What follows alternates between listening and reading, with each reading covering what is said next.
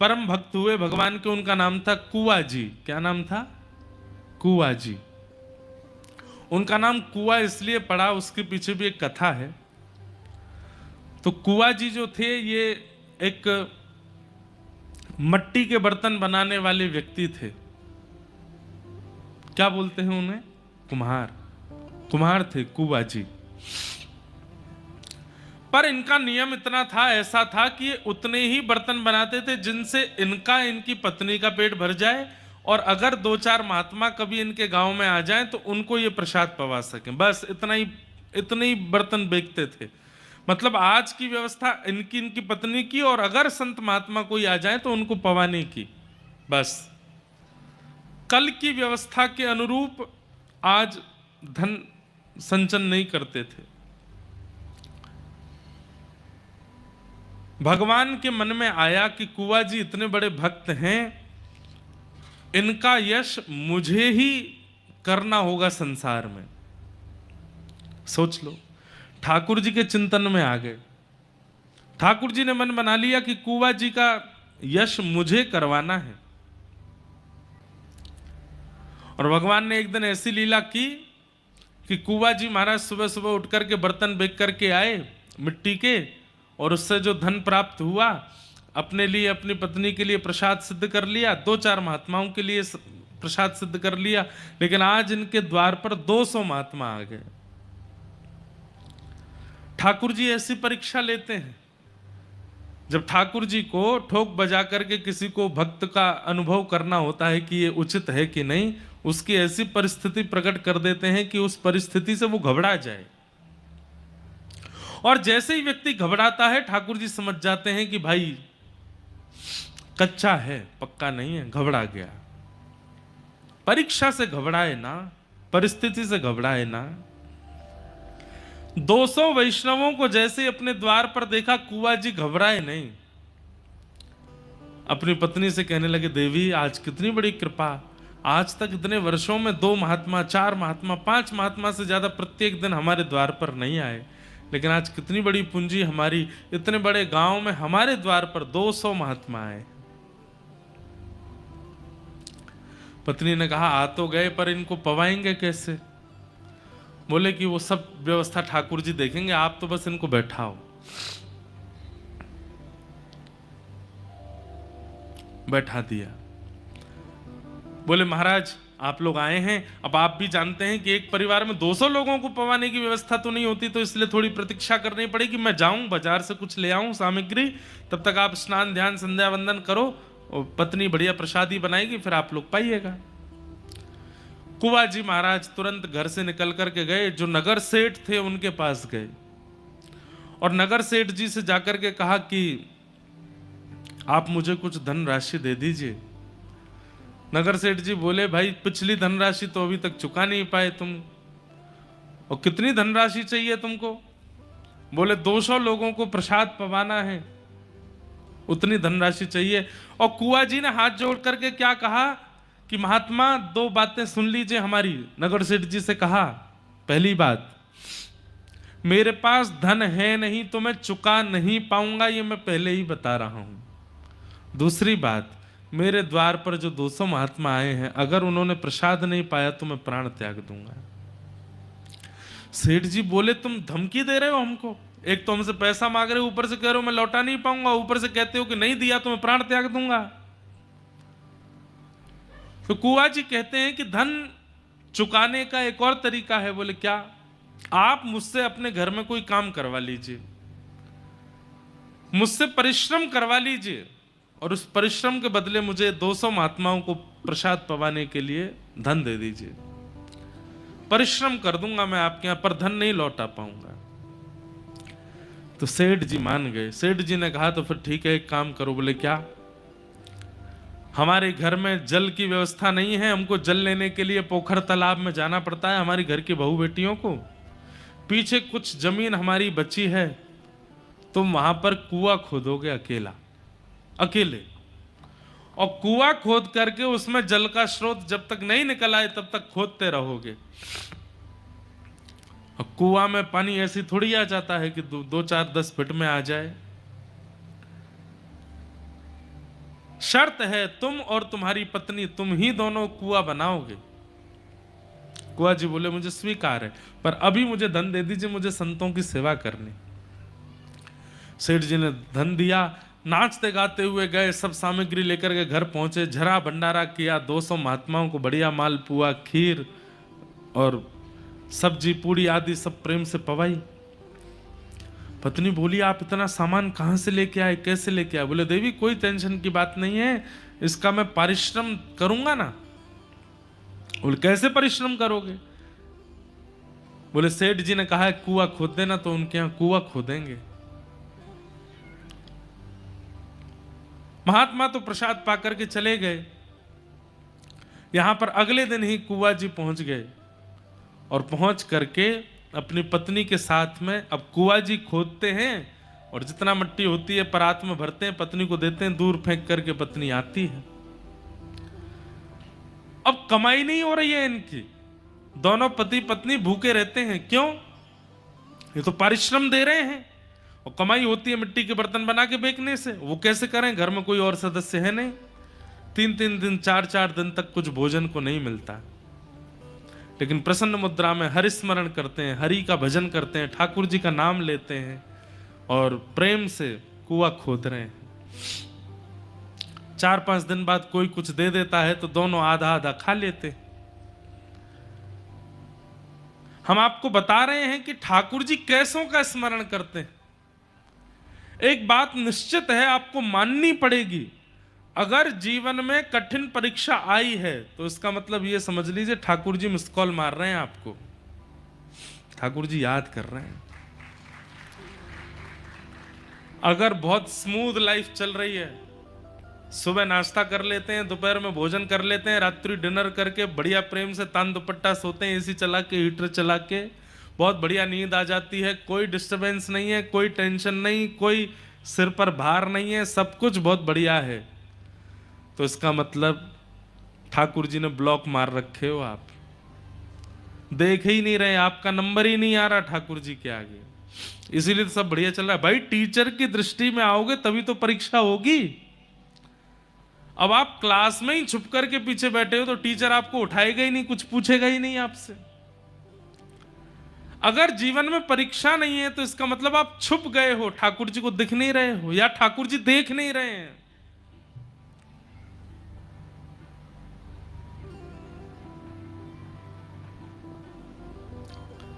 तो कुआं जी की ऐसी परीक्षा, लेकिन प्रसन्न मुद्रा में भगवान का स्मरण करते हुए कुआं खोद रहे हैं।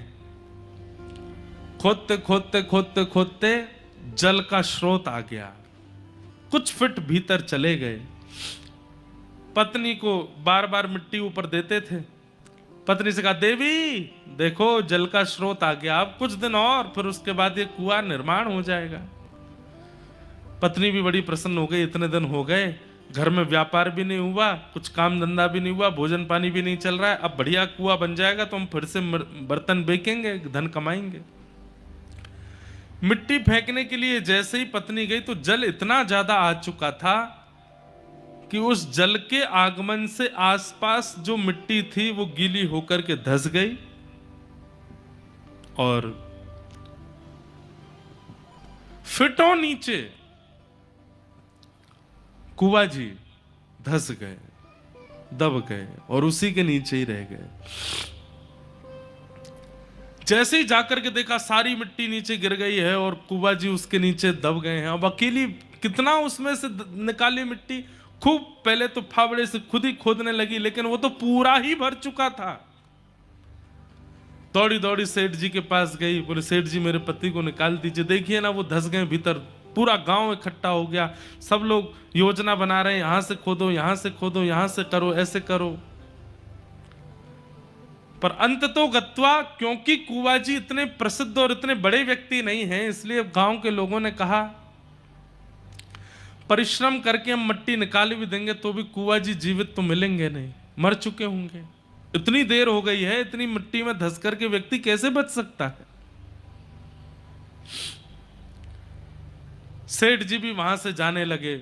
एक बहुत सुंदर पद मैंने अभी 1-2 दिन कुछ दिन पहले एक कथा में गाया था। तो ऐसी स्थिति बन जाती।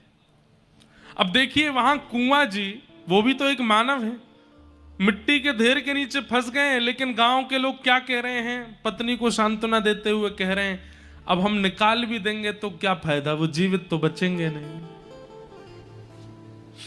पत्नी कह रही है कि इतनी जल्दी आप लोग कैसे मान रहे हैं? बोले कि मान, इतनी संख्या में मिट्टी उनके ऊपर गिर गई है, वो जीवित कहां बचेंगे, उनको निकाल भी देंगे तो तुम अभी शोक में हो, उनका शव देख करके और शोक में आ जाओगी, अब उनको नीचे ही गड़े रहने दो। और सेठ ने कुछ धन आदि देकर के पत्नी से कहा, अब तुम ज्यादा शोक मत करो। अब अकेली पत्नी, परिवार तो है नहीं, किससे जाकर के कहे कि मेरे पति को निकालो। सामान्य व्यक्ति जो जीवन जीते हैं बहुत कठिनाई सहते हैं बंधुओं कभी कभी, क्योंकि उनके पास में पावर नहीं है, उनके पास में लोग नहीं है, उनकी पहुंच नहीं है। पर जिनकी संसार में किसी से पहुंच नहीं होती ना, उनकी रक्षा पर ठाकुर जी करते हैं। और ठाकुर जी तक पहुंच जिसकी होती है, पर संसार की पहुंच धरे रहे अपने पास। कुआ जी की पत्नी रोज ठाकुर जी से प्रार्थना करती, बोले नाथ, मेरे पतिदेव आपका भजन करते थे और आपके जन, आपके संत, आपके भक्तों के लिए कर्जा लेकर के भोजन कराते थे कि संत भूखे ना चले जाए, और अंत तो गत्वा क्या दिया, मेरे पति का ऐसे इस प्रकार निर्मम तरीके से उनकी हत्या हो गई, और यहां तक कि आज मेरा कहने को कोई नहीं संसार में जो उनके शव को निकाल सके मिट्टी के भीतर से। पति कहते थे कि आप हमारे हो, आप हमारे हो, आप भी हमारे नहीं हो, आज आप भी नहीं आए हो मेरे इस शोक की घड़ी में मेरे पास। रोज पत्नी रोती, महीनों निकल गए बंधुओं, महीनों। पत्नी रोज जाती और उस टीले पर जो धस चुका था वहां जाकर के प्रणाम करती, वहीं बैठी बैठी रोती रहती। एक बार कुछ संतों की जमात आई, और वो संतों की जमात उसी टीले के बगल से निकल रही थी जहां कुआ जी धस गए थे। वहां उन्होंने अच्छी व्यवस्था जान वहां बैठ करके अपने प्रसाद आदि खोल करके पोटलियों से पाना प्रारंभ किया। तभी उनको हरिशरणम हरिशरणम हरिशरणम हरिशरणम हरिशरणम नाम की ध्वनि आने लगी। ढूंढने लगे ये कौन बोल रहा है, इतना मधुर, इतना शांत, इतनी धीमी स्वर में, लेकिन हमें इतना स्पष्ट सुनाई दे रहा है। और इस स्वर में ऐसा लगता है कि मानो साक्षात हरि सामने खड़े हैं, उनको देखते हुए कोई बोल रहा है। इधर उधर दिशाओं में ढूंढने लगे, कहां से ये ध्वनि आ रही है, कहां से ये स्वर आ रहा है, लेकिन कहीं कोई प्राप्त नहीं हुआ। तभी उन संतों ने कहा कि कौन बोल रहा है भाई, ये आकाशवाणी हो रही है क्या हरिशरणम की। तभी एक महात्मा ने कान लगा करके उस टीले में जब कान लगा करके देखा तो कहा, अरे इसके भीतर से आवाज आ रही है। खूब सारी संख्या में वो महात्मा थे, कोई कुल्हाड़ी लेकर के, कोई खपरेल लेकर के, कोई जो साधन मिला सब लेकर के उसको खोदने लगे। गांव के लोग इकट्ठे हो गए, अरे भैया क्या कर रहे हो, काय को खोद रहे हो। बोले अंदर से आवाज आ रही है, अंदर कीर्तन की ध्वनि सुनाई दे रही है। पूरा गांव इकट्ठा हो गया। किसी ने जाकर के कुआ जी की पत्नी को बताया, बोले जहां कुआ जी दबे थे आज कुछ महात्मा मिलकर के वहां खोद रहे हैं और ऐसा कह रहे हैं भीतर से आवाज आ रही है। पत्नी दौड़ी दौड़ी गई, वहां जाकर के जब देखा तो सब संत लगे हैं खोदने में। खोदते खोदते खोदते 2 दिन बीत गए। गांव के लोग भी अब अविश्वास, अरे हम तो पहले ही मना कर रहे थे, इतने महीने हो गए, कहां कंकाल भी नहीं बचा होगा उनका तो। अरे यहां से ध्वनि आ रही है स्वर की। थोड़ी देर में पूरे गांव को भी वो ध्वनि सुनाई देने लगी, हरिशरणम हरिशरणम हरिशरणम। खोदते खोदते 2 दिन बाद जैसे ही अंतिम परत पर पहुंचे, जैसे ही मिट्टी हटा करके देखा तो क्या पाया, सुंदर दिया जला है, सामने साक्षात ठाकुर जी का श्री विग्रह विराजमान है और कुआ जी बैठ करके खूब मधुर वहां भजन कर रहे हैं, ठाकुर जी का हरिशरणम नाम संकीर्तन कर रहे हैं। कभी हाथ में करताल लेकर के नृत्य करने लगते हैं, कभी बैठ करके प्रणाम करने लगते हैं, वंदन। देख करके किसी को भी विश्वास नहीं हुआ, ये कैसे हो सकता है। महीनों पहले दब चुका व्यक्ति, महीनों पहले जिसकी मृत्यु हो गई नीचे दब करके, वो जीवित कैसे है? क्योंकि हरि के स्मरण में कुआ जी हैं। कुआ जी के स्मरण में हरि हैं, ये पहली बात है। पर कुआ जी के मन में हरि स्मरण होते होते होते एक स्थिति ऐसी आई कि अब हरि के स्मरण में कुआ जी हैं, तो चाहे जैसी परिस्थिति आ जाए, हरि के स्मरण में जो आ जाता है, परीक्षाएं तो उसकी होती हैं लेकिन कोई उसका बाल बांका नहीं कर पाता। जीवित कुआ जी वहां से निकल करके बाहर आए। अब तो पूरा गांव उनको पूजने लगा, वंदन करने लगा। ठाकुर जी ने उनका यश बढ़ाया। अब माधवदास जी, उनका चरित्र आता है। जगन्नाथपुरी के माधवदास जी जगन्नाथ भगवान से कहते हैं, हे महाप्रभु जी, अब मैं कुछ दिन व्रज की यात्रा पे जा रहा हूं। तो जगन्नाथ भगवान बोले, तुम चले जाओगे तो हमारा मन कैसे लगेगा, हमको भी ले चलो। तो माधवदास जी बोले, आप यहीं बैठे रहो। क्यों? 8 बार तो भोजन करते हो आप, सुबह से रात्रि तक 8 बार भोजन करते हैं ठाकुर जी। और मैं वृंदावन यात्रा पर पैदल चल करके जाऊंगा, 8 बार कहां से भोजन दूंगा आपको? इतने भयंकर जंगल, पहाड़, नदियां, सरोवर, तालाब सबको पार करना पड़ेगा, दुर्गम रास्ता है। आप तो भूख के कारण व्याकुल हो जाते हो, आपको लेके कैसे जाऊंगा? जगन्नाथ महाप्रभु बोले, तो ठीक है, तुम चले जाओ। अब जगन्नाथ जी संग चले, इसका मतलब ये थोड़ी कि वो मूर्तिमंत होके ही चलेंगे, वो तो हृदय में बैठ के भी जा सकते हैं। ठाकुर जी हृदय में बैठ गए माधवदास जी के।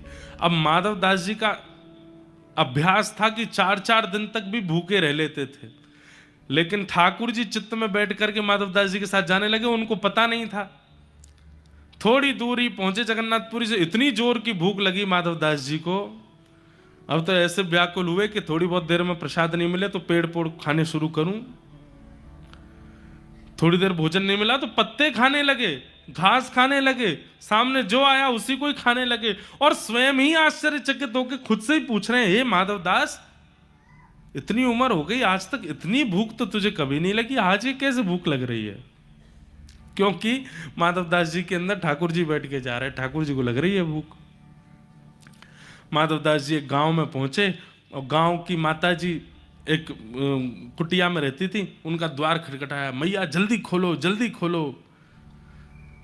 बंधुओं, ऐसी भूख कभी लगी है कि आप पागल हो गए हो, बस कुछ मिल जाए? नहीं लगी होगी। हम लोगों को ऐसी भूख नहीं लगी है अभी तक।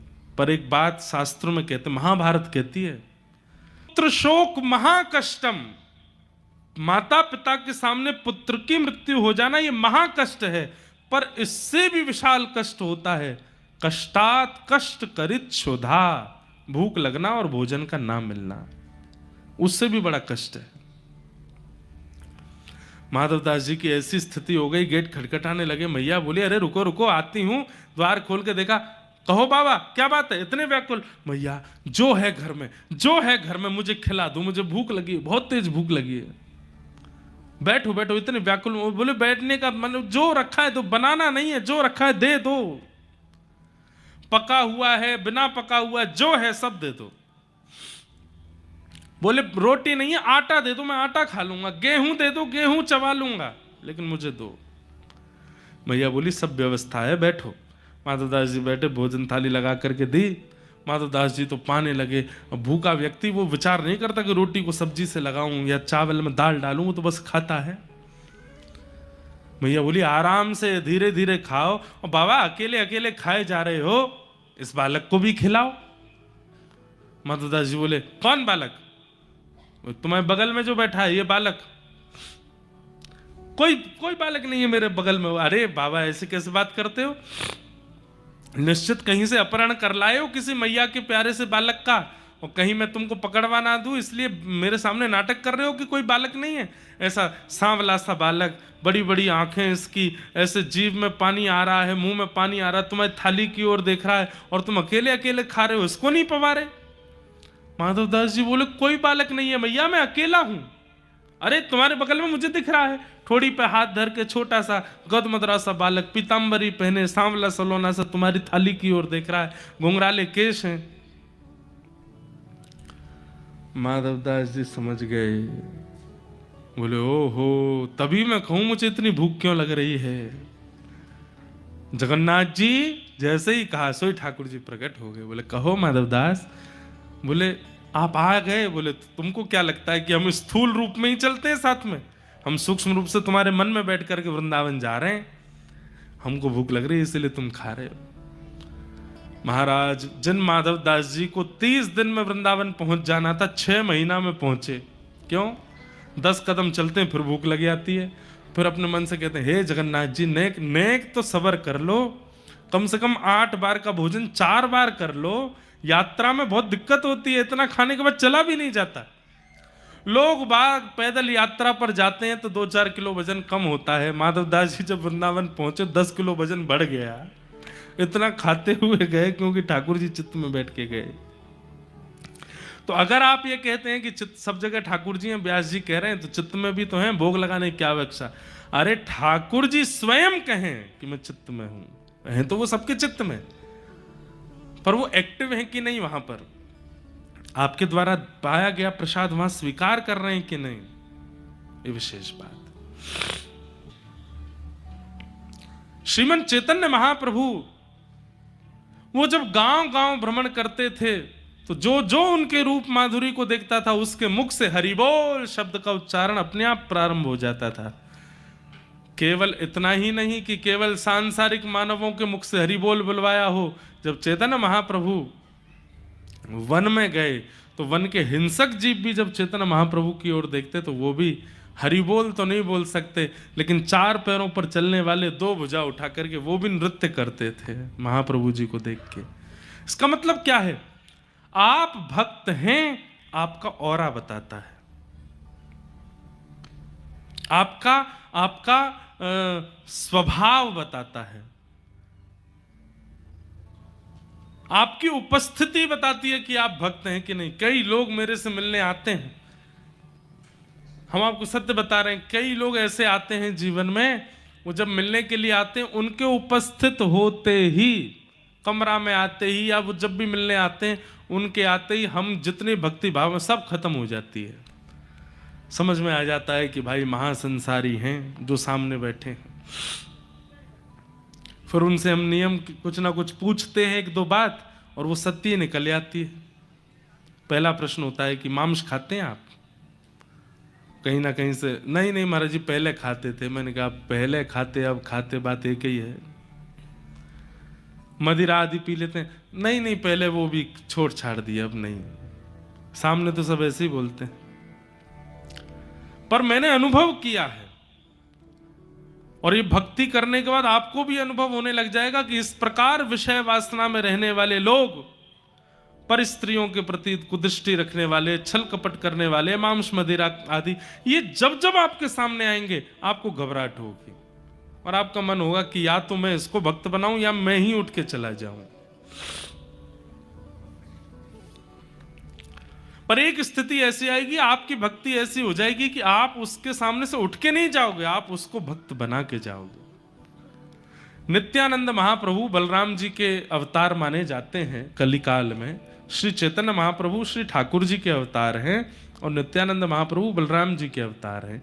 तो श्री नित्यानंद महाप्रभु जब चैतन्य महाप्रभु के स्पर्श में आए, कथा सुनिएगा जयपुर की भक्तमाल, और उसमें श्री चैतन्य महाप्रभु का चरित्र सुनिएगा, वहां आपको स्पष्ट हो जाएगा। इस वर्ष की जो भक्तमाल जयपुर में हुई, हम साल में एक ही भक्तमाल करते हैं जयपुर में, तो वहां इस बार महाप्रभु जी का चरित्र इतना सुंदर चरित्र है। तो उसमें नित्यानंद महाप्रभु से चैतन्य महाप्रभु निवेदन करते हैं कि ये कलिकाल है, सतयुग त्रेता द्वापर में हमने उद्धार किया, पर ये कलिकाल में उद्धार नहीं करना। उद्धार किससे किया? गदा से किया, सुदर्शन चक्र से किया, धनुष बाण से किया। पर इस कलिकाल में ना तो सुदर्शन चलेगा, ना गदा चलेगी, ना बाण चलेगा। यहां उद्धार नहीं करना है, तो यहां स्वीकार करना है। कलिकाल में ठाकुर जी स्वीकार कर रहे हैं मानवों को, यहां उद्धार नहीं कर रहे हैं। सतयुग त्रेता द्वापर में ठाकुर जी उद्धार करते हैं, कलयुग में ठाकुर जी स्वीकार करते हैं, अंगीकार करते हैं। और वो स्वीकार करने के लिए सुदर्शन, गदा और धनुष बाण आदि को पीछे रखना पड़ेगा। तो फिर नित्यानंद महाप्रभु बोले तो फिर इस कलिकाल में मानव स्वीकार कैसे होगा? बोले केवल और केवल हरेर नाम हरेर नाम हरेर नामैव केवलम कलौ नास्त्यैव नास्त्यैव नास्त्यैव गतिरन्यथा। हरि का नाम कलिकाल में केवल वही रक्षा करेगा। कलिकाल में उस हरि नाम बोलने वाले के सारे पाप, उसके द्वारा किए गए गलत काम सब भुलाने हैं हमको। वो एक बार हरि बोले, एक बार हरि बोल बोले और उसके एक पूर्व के पाप को नष्ट कर देंगे हम एक बार बोलने से। यदि वो 108 बार बोलेगा तो 108 पाप नष्ट होंगे। और एक समय ऐसा आएगा कि वो तीर्थों में भ्रमण करता हुआ जब हरि बोल बोलेगा तो किसी तीर्थ में जाकर के एक बार हरि बोल बोलने पर सहस्त्र हो जाएगा। जैसे बद्रीनाथ में, एक बात सुनिएगा हमारी, हम आप सब लोग कभी पुरुषण नहीं कर पाएंगे इस जन्म में। पुरुषण का मतलब क्या होता है? मंत्र में कितने शब्द हैं और उन शब्दों का कुछ मल्टीप्लाई होता है और वो करीब करीब 24 लाख के आसपास, कई मंत्रों का 24 लाख जाप एक आसन पर बैठ करके करना। मतलब कुछ अवधि में 7 दिन में 11 दिन में 24 लाख जाप शुद्ध अवस्था में करने हैं, उसको पुरुषण कहते हैं। पुरुषण करने पर भगवत दर्शन होगा, यह निश्चित है। अगर किसी व्यक्ति ने पुरुषण कर लिया, ब्रह्मचर्य का पालन करते हुए, आसन का पालन करते हुए, मंत्र में एक अनुस्वार मात्रा की बिना गलती किए हुए, बिना मन में कुभाव लाए हुए अगर 24 लाख बार किसी मंत्र का जाप कर लिया, पुरुषण हो जाएगा। पुरुषण होते ही ठाकुर जी का दर्शन होगा। हमारी आपसे हाथ जोड़ के प्रार्थना, जिन लोगों ने सुना है इसको आधा अधूरा करके करने मत लग जाना, नहीं तो गलत होगा। पुरुषण की एक विधि है, वो वैसे ही होना चाहिए। हम आप सब लोग पुरुषण नहीं कर सकते तो क्या करें? बद्रीनाथ जाओ। बद्रीनाथ को एक वरदान दिया है ठाकुर जी ने। क्या? आपने एक बार कहा राधा, एक बार बोलते ही वो मल्टीप्लाई इनटू 1000 हो जाता है बद्रीनाथ में। तो कितना हो गया? एक बार राधा बोलने पर कितना गिनती मानी जाएगी? 1000। 2 बार पे 2000। अगर किसी व्यक्ति ने 10 बार राधा बोल दिया तो 10,000, 100 बार राधा बोल दिया तो 1,00,000। मतलब अगर आपने एक दिन बैठ करके भी श्री राधा श्री राधा श्री राधा श्री राधा अगर जपने लग गए तो कम से कम 2-4 घंटे में ही आपका पुरुषण हो जाएगा। कहां? बद्रीनाथ में। ये बद्रीनाथ का फल है। इसलिए बद्रीनाथ निश्चित जाइए और वहां जाकर के अपने गुरु प्रदत्त मंत्र या जो नाम आपको प्रिय लगता है उसकी जितनी ज्यादा संख्या हो सके उतनी करके आओ। 24 लाख तो 1 आध घंटा में हो जाएगी, उससे भी ज्यादा करे आओ। अपने जीवन भर के पुरुषण करे आओ वहां पे। 7 दिन अगर किसी को रहने का अवसर मिले तो हर दिन कम से कम 1000 2,000 नाम भी जपे, कितना पुरुषण हो जाएगा उसका। ऐसा बद्रीनाथ है। तो पुरुषण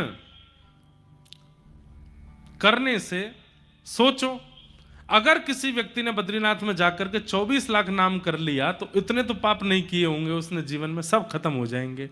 अब मान लो उसने 2000 पाप अपने जीवन में किए, 24 लाख नाम जप लिया, तो 2000, 24 में से 2000 माइनस कर दो, कितना बचा? 23 लाख और हाँ, तो 23,98,000। इतने नाम का फल क्या मिलेगा? बोले इतने नाम का फल अब इतने दिनों तक इस जन्म में और अगले जन्म में हर स्वप्न में ठाकुर जी का अनुभव होगा, ठाकुर जी का दर्शन होगा। कितना बड़ा प्रभाव है नाम जप का। इसलिए भैया पुरुषण की बड़ी महिमा है, नाम की बड़ी महिमा है। इन्होंने द्रौपदी को निर्वस्त्र किया था बरी सभा में, ऐसे लोगों का तुमको साथ देना चाहिए। भीष्म पितामह बोलते, मैं जानता हूं कि मैंने कौरवों का संग गलत किया, कौरव ठीक नहीं है, कौरव अच्छे नहीं है, लेकिन नाथ मेरा पक्ष तो सुनिए। बोले बताओ। बोले यदि मैं पांडवों के पक्ष में होता तो महाभारत युद्ध में या तो आपके दाहिने खड़ा होता या आपके बाएं खड़ा होता, और कहीं संभवतः आप मेरे ही सारथी बन गए होते तो आपके पीछे खड़ा होता। दाहिने खड़ा होता तो आप आधे दिखते, बाएं खड़ा होता तो आधे दिखते, पीछे खड़ा होता तो पीछे से ही दिखता। सन्मुख दर्शन तो सामने से ही हो सकता है, इसलिए कौरवों के पक्ष में गया मैं। और वो अपनी स्तुति में इस बात का प्रस्ताव करते हैं। आहा, क्या कहते हैं भीष्म पितामह, बहुत सुंदर है पितामह की स्तुति। पितामह कहते हैं, बोले कि मैं महाभारत युद्ध में कर क्या रहा था। 10 दिन तक तो सुस्त बैठे थे भीष्म पितामह। पूरा प्रसंग सुनाते हैं। भीष्म पितामह 10 दिन तक तो कुछ नहीं कर रहे थे, केवल बैठे बैठे नजर घुमा रहे थे। जब 10 दिन में कौरवों की सेना समाप्त होने लगी, तब दुर्योधन ने इनको एक व्यंग मारा, खाते हमारा अन्न है, भला चाहते उन लोगों का है। तब भीष्म पितामह बोले, हे दुर्योधन, क्या बोले तुम जानते नहीं मैं कौन हूं? अगर अपनी पर आ जाऊं तो एक दिन में पूरे महाभारत युद्ध को विश्राम कर सकता हूं। तो दुर्योधन ने ये और कह, करिए ना, फिर बोल क्यों रहे, करिए। पितामह भीष्म बोले, कल जो होगा वो तो तू बाद में देखना, उससे पहले मेरी एक बात सुन। बोले क्या? तेरी पत्नी का नाम क्या है? बोले भानुमति, उसको भेजना मेरे पास। ऐसा आशीर्वाद दूंगा उसको, अखंड सौभाग्यवती भव। नहीं मरेगा तू। अब जब तू मुखिया ही नहीं मरेगा तो फिर महाभारत युद्ध तो तेरे पक्ष में जाएगा ना। जब तक मुख्य राजा नहीं मरता तब तक युद्ध चलता रहता है। तेरी पत्नी को जब अखंड सौभाग्यवती का आशीर्वाद दे दूंगा, इसका मतलब तुझे जीवित रहना पड़ेगा, फिर तो महाभारत युद्ध तू ही जीतेगा। कल से तो मैं करूंगा सो करूंगा, लेकिन आज रात्रि तेरी पत्नी को आशीर्वाद देता हूं। जैसे ही संध्या से निवृत्त हूं, अपनी पत्नी को भेज देना, उसको आशीष दे दूंगा, अपने संपूर्ण जीवन के संध्या का फल उसको दे दूंगा। बात तो हो रही थी भीष्म पितामह और दुर्योधन के बीच में, पर कान खड़े हो गए ठाकुर जी के। भानुमति अगर कहीं रात में पहुंच गई भीष्म पितामह के पास तो धरे रह जाओगे द्वारिकाधीश, कुछ नहीं कर पाओगे, क्योंकि ये भीष्म पितामह हैं। ठाकुर जी भी जानते हैं कि एक व्रतधारी का, एक तपस्वी का, एक नियम से रहने वाले का बल कितना होता है। ठाकुर जी बोले, मैं ठाकुर जी होते हुए भी कुछ नहीं कर पाऊंगा। फिर भगवान ने रात भर, शाम को योजना बनाई। बोले क्या करूं, भानुमति से पहले कोई द्रौपदी पहुंच जाए तो बहुत बढ़िया होगा। भानुमति को आशीर्वाद मिलेगा तो अकेला दुर्योधन बचेगा, द्रौपदी को आशीर्वाद मिले तो पांचों बच जाएंगे। पांचों बच जाएंगे। बोले युद्ध तो अपने स्तर पे चल ही रहा है, भीष्म पितामह का आशीर्वाद और मिल जाए तो एक सेफर साइड हो जाएगा। क्यों? बोले फिर भीष्म पितामह जब जब बाण चढ़ाएंगे तो मैं कह दूंगा अपना आशीर्वाद भूल गए, इन पांचों को मारने पे तुले हो। वहां बेचारी वो कन्या को तुम सौभाग्यवती बोले आए हो, उसको विधवा करने पे तुले हो, क्योंकि एक भी मरा तो द्रौपदी तो विधवा है। ये अच्छा है इनको फंसाने का तरीका। द्रौपदी को अर्धरात्रि में ठाकुर जी ने ग्वारिया का भेष बनाया, पहुंच गए द्रौपदी के पास। सो रही थी द्रौपदी, तुरंत ठाकुर जी ने द्रौपदी को उठाया, लालटेन तेज की, भगवान काजल से ऐसी मूंछ मूंछ जैसी बना लाए थे अपनी, और बढ़िया विचित्र सा रूप, मोटा मोटा काजल, सिर पे बिल्कुल जैसे गैया चराने वाले होते हैं ना, बिल्कुल ग्वारिया जैसा भेष धारण करके ठाकुर जी और पहुंच गए। द्रौपदी चल। द्रौपदी बोले इतनी रात को? बोले कि भीष्म पितामह को प्रणाम करना, और सुन घूंघट निकाल के जाइयो, एक शब्द भी, तुझे मौन रहना है, बस एक शब्द भी बोलना नहीं, प्रणाम करना, भीष्म पितामह आशीर्वाद दें, चुपचाप बाहर आ जाना। द्रौपदी बोली, उन्होंने पूछा कि इतनी रात को तू अकेली आई तो क्या बोलूं? बोले बोल देना हमारा ग्वारिया आया है साथ में, मैं बाहर बैठा रहूंगा, इसके अलावा कुछ मत कहना। द्रौपदी गई, भीष्म पितामह यहाँ जप कर रहे थे। संध्या पूर्ण होते ही भीष्म पितामह ने माथे से माला लगाई, सामने देखा भगवान बाहर पहरेदारी कर रहे थे कि भानुमति नहीं आवे, उसको भगाऊं मैं यहीं से। बार बार देखें, जल्दी कर द्रौपदी।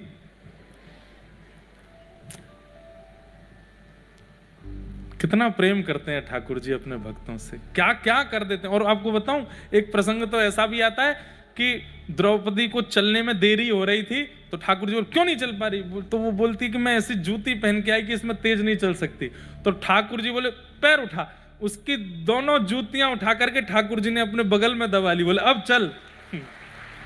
और ठाकुर जी ऐसे ही बैठे बाहर, द्रौपदी की जूतियों को संभाल करके बैठे हैं। किस लिए? प्रेम करते हैं भक्तों से, बहुत प्रेम करते हैं। बंधु हम कुछ प्रेम नहीं करते ठाकुर जी जितना हमसे प्रेम करते हैं। बाहर खड़े हैं, भीतर द्रौपदी को जैसे ही घूंघट में बैठी थी, अब उनको क्या पता ये भानुमति की द्रौपदी, तुरंत आ गई भानुमति, रुक जा, हाथ में जल ले करके, और मैंने जीवन में जितना भी ब्रह्मचर्य मेरे पास है, जितना भी मैंने संध्या वंदन आदि जो भी मैंने यज्ञ अनुष्ठान किए, उन सब का फल मैं इस कन्या इस बालिका को देता हूं। अखंड सौभाग्यवती भव, तुम्हारा पति अजर अमर हो जाए। भीष्म पितामह कह रहा है ब्रह्मा भी चाहेगा तो उसका वध नहीं कर पाएगा। वो सशरीर चाहेंगे तो स्वर्ग जा सकते हैं, वो सशरीर चाहेंगे तो पृथ्वी से जा सकते हैं, मृत्यु भी उनको नहीं मार पाएगी। मेरा आशीर्वाद है तुझे।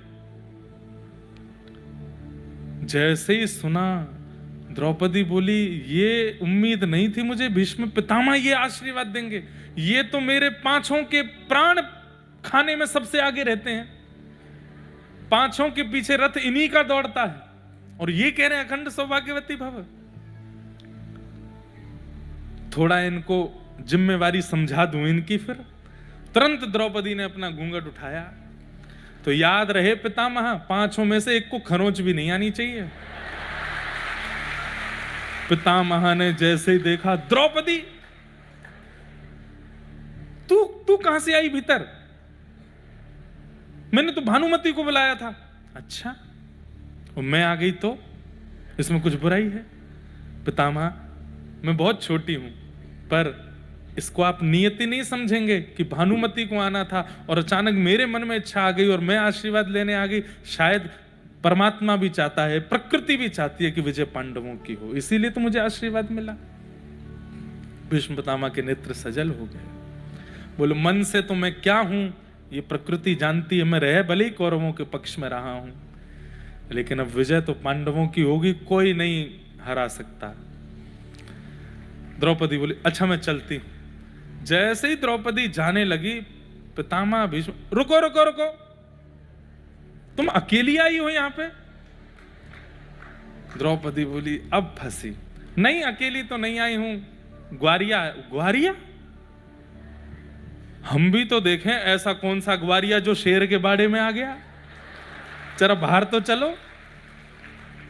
भीष्म पितामह के सामने बोलने की जरूरत नहीं करता कोई, और रात्रि में द्रौपदी को लेकर के आ गया। ये कोई ग्वारिया बहुत बुद्धिमान लगता है। आप बड़े आदमी हैं, आप ग्वारिया से मिलते अच्छे लगे, यहीं बैठे रहो। आप कहां? नहीं नहीं नहीं, मुझे लेके चलो। तेरे मन में रात में ही आशीर्वाद लेने की इच्छा क्यों प्रकट हुई? दिन में भी आ सकती थी। बाहर जाकर के देखा तो दोनों जूती दबाए ठाकुर जी बैठे। भीष्म पितामह बोले कहां है ग्वारिया? दो पटक तो ठाकुर जी को वहीं लगी। बोले अब गए। इधर हैं साहब जी? बोले इधर आ। ठाकुर जी समीप आए, लालटेन ऊपर करके तेज की लो। द्रौपदी ये ग्वारिया देखा देखा सा लगता है कहीं। पगड़ी उतारो अपनी। जैसी पगड़ी उतारी, घुंघराले केश ठाकुर जी के खिल गए। मोर पिछ जो दबा हुआ था पाग के अंदर वो प्रकट हो गया। भीष्म पितामह ने अपने उपरना से मूछ मूछ बना के आए थे, सब मिटाई।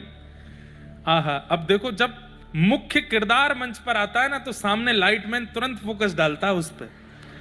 चंद्रमा तो था द्वितीया का, लेकिन ठाकुर जी की छवि अंधेरे में दिख नहीं रही थी, तो पूर्णिमा प्रकट हो गई, तुरंत ठाकुर जी को दिखा दिया। भीष्म पितामह ने देखा तो ये है तेरा ग्वारिया सखा है, छलिया कपटी माखन चोर। ये सब विचित्र क्रियाएं करते हुए तुझे जरा भी मन में लज्जा नहीं होती?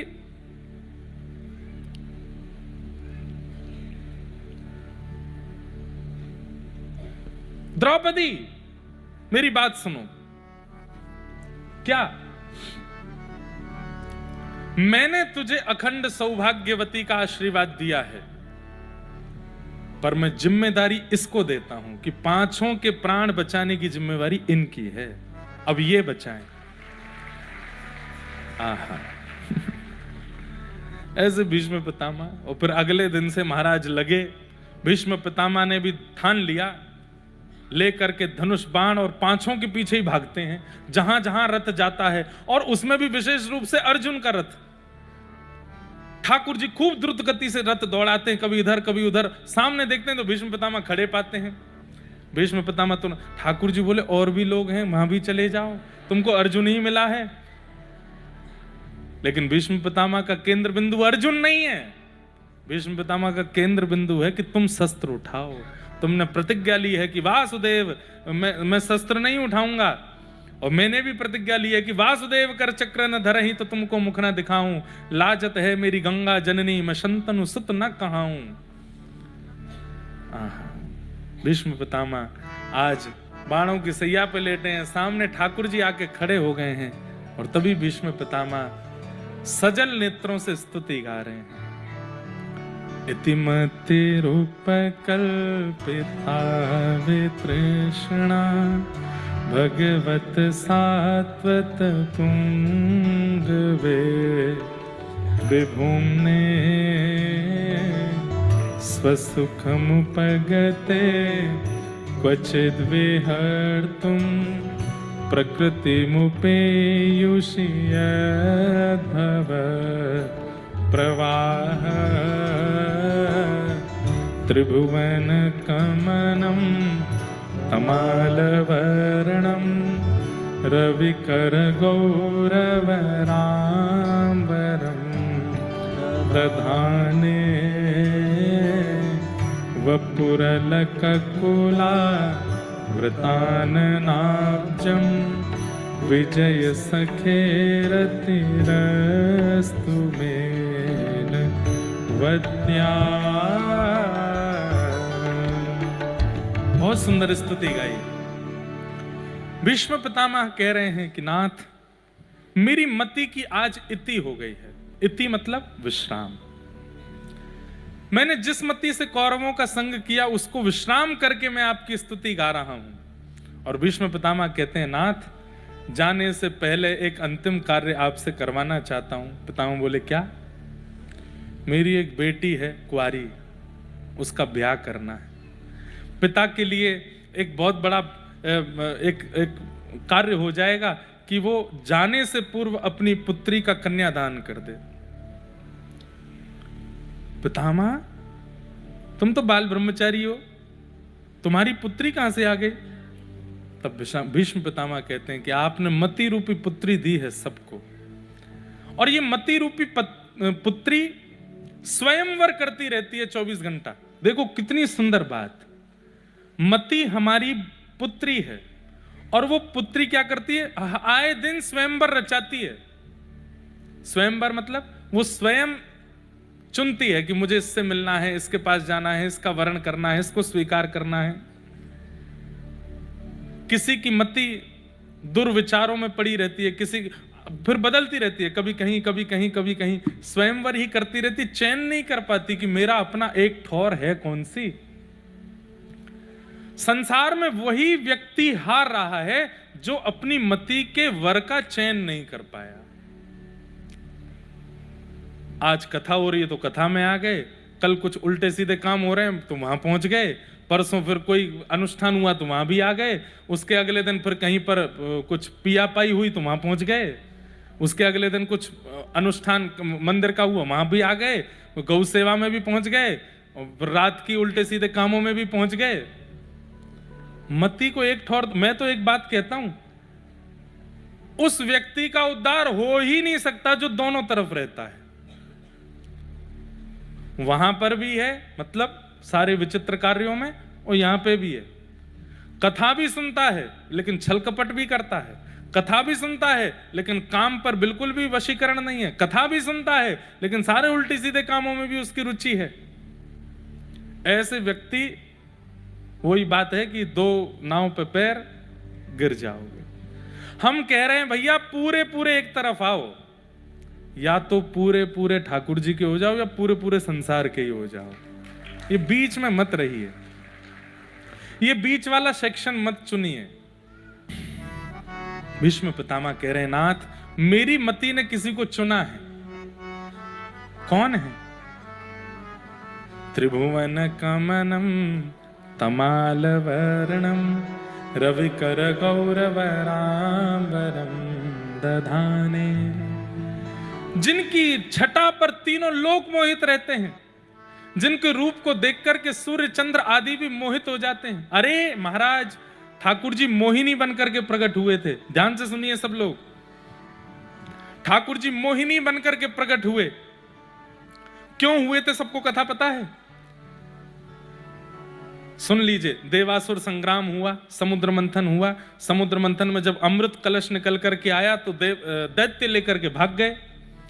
जब दैत्य लेकर के भागे तो देवताओं ने ठाकुर जी से प्रार्थना करी, बोले नाथ सारा अमृत तो ये दैत्य पी जाएंगे। ठाकुर जी बोले रुको, दैत्य कौन?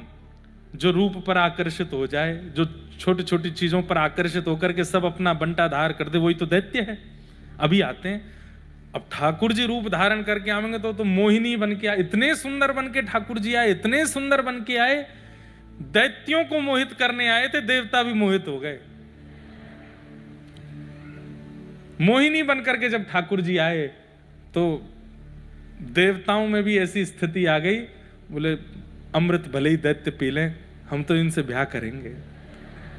ठाकुर जी बोले हे, मैं हूं, रूप बदल के आया हूं, अब तो समझ नहीं आ रही है बात।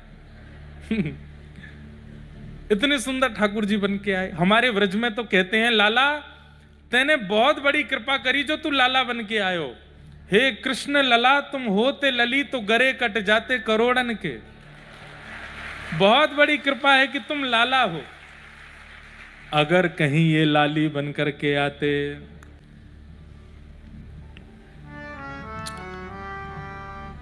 वसुदेव जी ने कहा जितने बालक होंगे सब तुमको दे दूंगा, इसको मत मारो। अरे पूरे मथुरा नगरी देख रही है, बहन को मारोगे अच्छा लगता है? बालकों का कब जन्म होगा तो मार दोगे, किसी को पता भी नहीं चलेगा, कारागृह में डाल दो हमको। कंस बोला ये युक्ति बढ़िया है। कारागृह में डाल दिया, 6 बालकों को मार दिया। 7वें बालक के रूप में बलराम जी आए। भगवान ने योग माया को आज्ञा की कि भाई इनको तुम यहां से कहीं और भेजो, अगर इनका जन्म हो गया तो मुझसे पहले ये कंस को मार देंगे, दाऊ दादा हैं। तो योग माया ने कुछ महीने बाद ही स्थानांतरित कर दिया और रोहिणी के गर्भ में गोकुल में श्री बलराम जी महाराज पहुंचे। बंधुओं, वसुदेव जी की 7 पत्नी हैं। कितनी? एक उनमें से देवकी है। तो वसुदेव जी को बेल पे भेजता था कंस कि जाओ अपनी पत्नियों से मिलाया करो, कभी कभी तो कभी कभी जाते थे। तो एक पत्नी जो उनकी रोहिणी है, उसकी सुरक्षा के लिए उन्होंने वसुदेव जी ने उसको गोकुल में नंद बाबा के यहाँ रखा। नंद बाबा वसुदेव जी के मित्र हैं। तो कहा कि आप रोहिणी जी को अपने पास से सुरक्षा दीजिए, यहाँ यशोदा जी हैं, इनसे इसका मन लगा रहेगा। तो ऐसा भाव। अब देखो कैसी योजना बनी कि बलराम जी महाराज कुछ महीने देवकी मैया के गर्भ में रह के रोहिणी जी के गर्भ में पहुंचे और उनका जन्म गोकुल में ही हुआ। बोलो बलराम जी महाराज की जय। अब आई 8वें की बारी, भादों का महीना। महाराज जैसे ही प्रारंभ हुआ, 8वां बालक गर्भ में आ गया है। कंस ने पहरेदार बढ़ा दिए और पहरेदारों को कह दिया तुम्हारे घर में इतना सोना चांदी भिजवाऊंगा, बस पलक भी मत झपकना, ध्यान लगाए रखना, मेरा शत्रु जन्म लेने वाला है। पहरेदार बढ़ा दिए, तहखाने बढ़ा दिए, सिक्योरिटी टाइट कर दी, कहीं से भी निकल के भागने ना पाए। भादों का महीना, अष्टमी तिथि, मंदम मंदम जलधारा, आकाश से मंदम जलधारा गिर रही है। बंधुओं, एक बार मैं जगन्नाथपुरी अभी गया था रथ यात्रा के समय, तो नारद जी महाराज से किसी ने प्रश्न किया कि महाप्रभु जगन्नाथ प्रत्यक्ष ठाकुर जी हैं, इसका प्रमाण क्या है? तो नारद जी ने कहा इसके अनेक प्रमाण हैं, उसमें से एक प्रमाण हो रहा है। बोले क्या? बोले जब जब मंदिर से बाहर निकलेंगे और सूर्य की प्रथम किरण इनके श्री अंग का स्पर्श करेगी, तुरंत वर्षा होगी। ये प्रमाण है कि ये परमात्मा है। तो मैं अभी ठाकुर जी का उल्टा रथ जब चलता है ना, तब मैं गया था। तो अब वहाँ अंदर मंदिर में तो पंडा पुजारियों को ही प्रवेश मिलता है, लेकिन कथा कहने का हमको इतना बढ़िया सौभाग्य है कि सब पंडा पुजारी हमारे मित्र हैं। तो एक मठ के महाराज जी वो हमको ले गए भीतर, बोले जहाँ कैमरों का भी प्रवेश नहीं है वहाँ जगन्नाथ जी कैसे निकल के आते हैं, चलो दिखा के लाता हूँ। मैं ले चलो महाराज जी, अंदर ले गए। तो जैसे ही ठाकुर जी जो प्रथम बार सूर्य की किरण में आते हैं बाहर, वो समय चल रहा था और मेरे मन में यही बात बार बार चल रही थी कि नारद जी ने प्रमाणित करके कहा है कि जैसे ही वो सूर्य की किरण में आते हैं, प्रथम सूर्य की किरण उनके अंग पर पड़ती है तो कहीं से भी बादल आके बरसते हैं। सुभद्रा जी निकल गई, बलराम जी निकल गए, सुदर्शन जी निकल गए, सब निकल के चले गए। मैंने कि भैया अभी तक तो दूर दूर तक बादलों के नाम और निशान नहीं। जेठ के महीना भयंकर गर्मी पड़ती है जब ठाकुर जी का अब जेठ होता है कि आषाढ़ होता है, हाँ आषाढ़ में होती है, तो पसीना आते हैं, इतना ही भयंकर गर्मी होती है रथ यात्रा के समय। चिलचिलाती धूप पड़ रही थी आकाश से, हवा भी नहीं चलती। मैंने कहा भैया आज तो लाला हमारे ब्रज में एक रसिया गाते हैं, जब ठाकुर जी पहली बार फेंटा बांध करके बरसाना होली खेलने जाते हैं तब ब्रज के सब लोग ठाकुर जी से कहते हैं क्या लाला नाक बचाए के आइयो हमारी, बरसाने वारे इंतहार के मत आए जाइयो।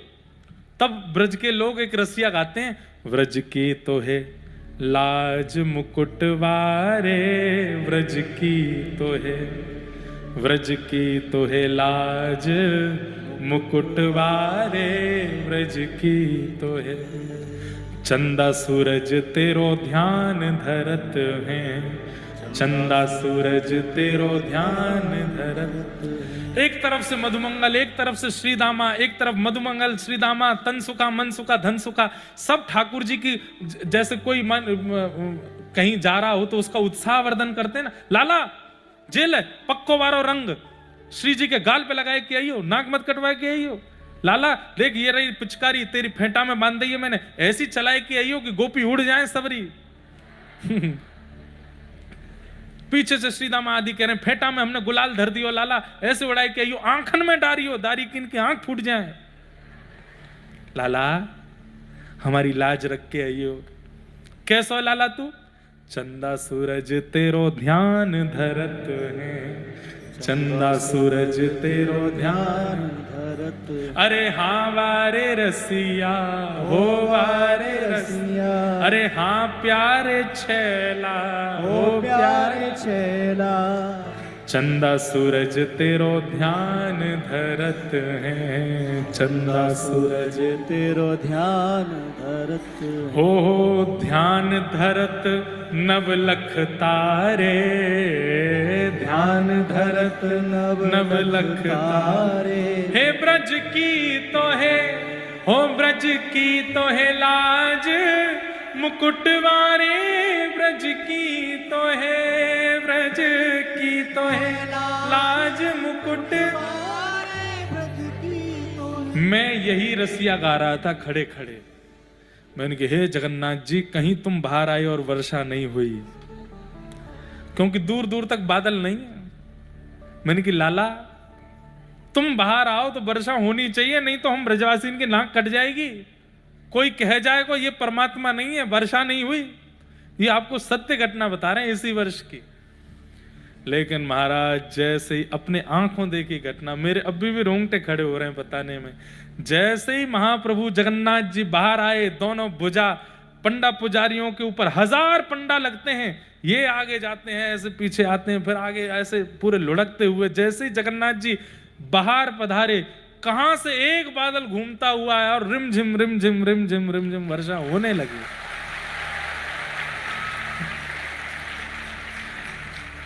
मुख से निकल पड़ा बोल वृषभानु के जमाई की। वारे लाला तेने लाज रख दी। उस समय जो स्थिति थी, पास में एक मठ के स्वामी जी मुझसे बोले आप रो क्यों रहे हो? मैंने कहा नहीं बस लाला को देख के रो रहे हैं। बोले भीतर आ जाओ वर्षा। और मैंने आज तो भीगन दो, लाला ने बात मान ली, आज भीगन दो। तो ये नियम है, जब जब जगन्नाथ जी बाहर आते हैं चाहे एक बूंद गिरे आकाश से, गिरेगी जरूर रथ यात्रा में। क्यों? ये प्रमाण नारद जी ने दिया है कि ये इसी प्रमाण से पता चलेगा कि ये परमात्मा है। ऐसे अनेक प्रमाण, उनमें से एक ये भी है। और दूसरा प्रमाण, पूरे विश्व में जन्माष्टमी मनाई जाती है, लेकिन हमारे व्रज में जन्माष्टमी को रात्रि 12 बजे रिमझिम वर्षा होगी ही होगी, ये निश्चित है। कहीं हो चाहे ना हो, वृंदावन में होगी, यमुना जी में होगी, और कृष्ण जन्मभूमि जहां ठाकुर जी का जन्म हुआ, रिमझिम, और मूसलाधार नहीं, रिमझिम रिमझिम होती है। जैसा भागवत जी में वर्णन है, मंदम मंदम जलधारा, आकाश से मंदम जलधारा गिर रही है। और उसी समय देवकी और वसुदेव कारागृह में बंद हैं, और देवकी मैया के गर्भ से एक दिव्य तेज प्रकट हुआ।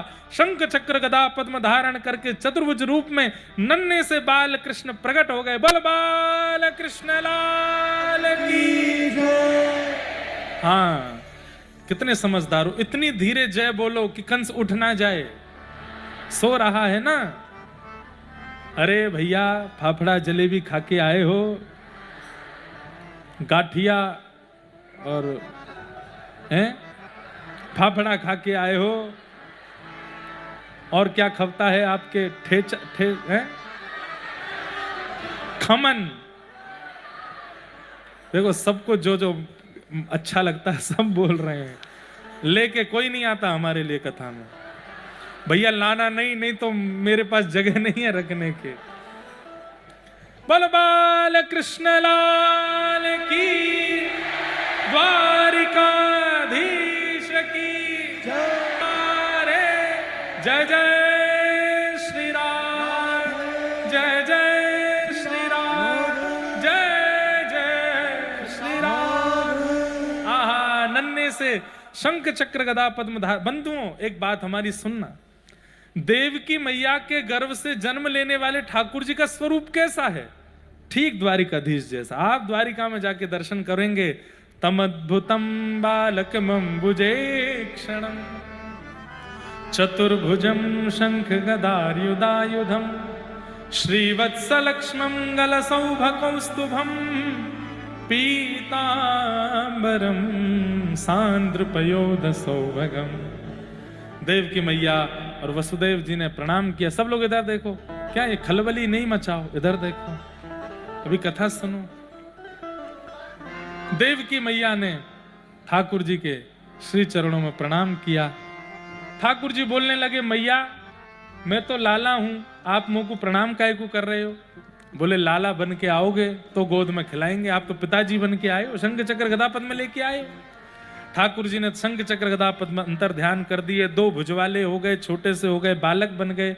वसुदेव जी से कहा कि आप मुझे लेकर के गोकुल छोड़ाओ, 11 वर्ष बाद हम आएंगे ब्रजवासियों का प्रेम लेकर के, तब कंस का वध करेंगे। वसुदेव जी लाला को लेकर के जैसे ही अपने हाथ में धारण किए, हथकड़ियां खुल गईं, बेड़ियां खुल गईं, सारे ताले खुल गए, दरबान सोते रह गए, और श्री वसुदेव जी महाराज लाला को लेकर के श्री गोकुल जा रहे हैं। इसका पूरा विस्तार हम कल सुनाएंगे, अभी तो उत्सव की ओर चलें। गोकुल में जाके यशोदा मैया के बगल में लाला को सुवाई दियो, लाली को लेकर के कंस को जाए के दे दियो। वही अष्टभुजी देवी भद्रकाली बन के प्रकट हो गई, और कंस से कह दिया कि तेरे शत्रु ने तो जन्म ले लिया, अब तू ढूंढता रहे। यहां कंस ढूंढ रहा है। और ब्रज में स्थिति क्या है? नंदा और सुनंदा नंद बाबा की 2 बहन हैं। आज सुबेर सुबेर भोर में उठ करके दोनों गई तो कहा, देखो यशोदा मैया के बगल में नीलमणि जैसो लाला सोयो है। लाला है कि लाली जे ना है पतो, क्यों? चदरिया ओढ़ रखी है, बस मुखमंडल दिख रो है। 21 बार हरिशरणम को जाप कियो, हरिशरणम हरिशरणम हरिशरणम, और जैसे ही चदरिया हटाई महाराज, है गया है गया है गया है गया है गया है गया है गया है गया है गया है गया। एक दूसरे को मुंह बंद किया, बोले अभी मत चिल्लावे। अब तो महाराज निकल गई, ब्रज की गलीन में चिल्लाती जा रही है गया है गया है गया है गया है गया। ब्रजवासी कह रहे, कहा भयो, पूछो तो सही सबरे। आपके गुजराती में क्या बोलते हैं? क्या हुआ को कैसे बोलते हैं? शू थयू। वाह भैया।